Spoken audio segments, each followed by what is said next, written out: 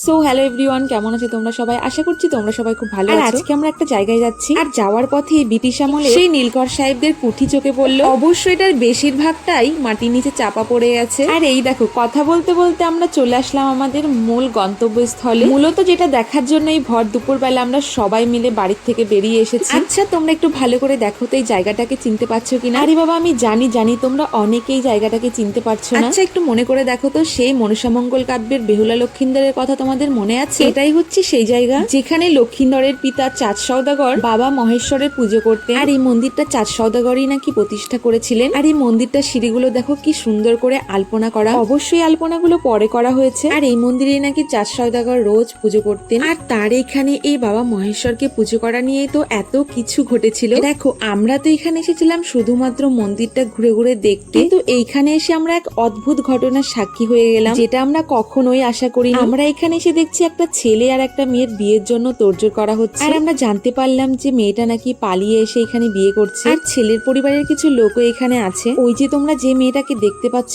ওই মেয়েটারই আজকে বিয়ে। আমাদের আর কি কাজ, তাই দাঁড়িয়ে দাঁড়িয়ে বিয়ে দেখছি।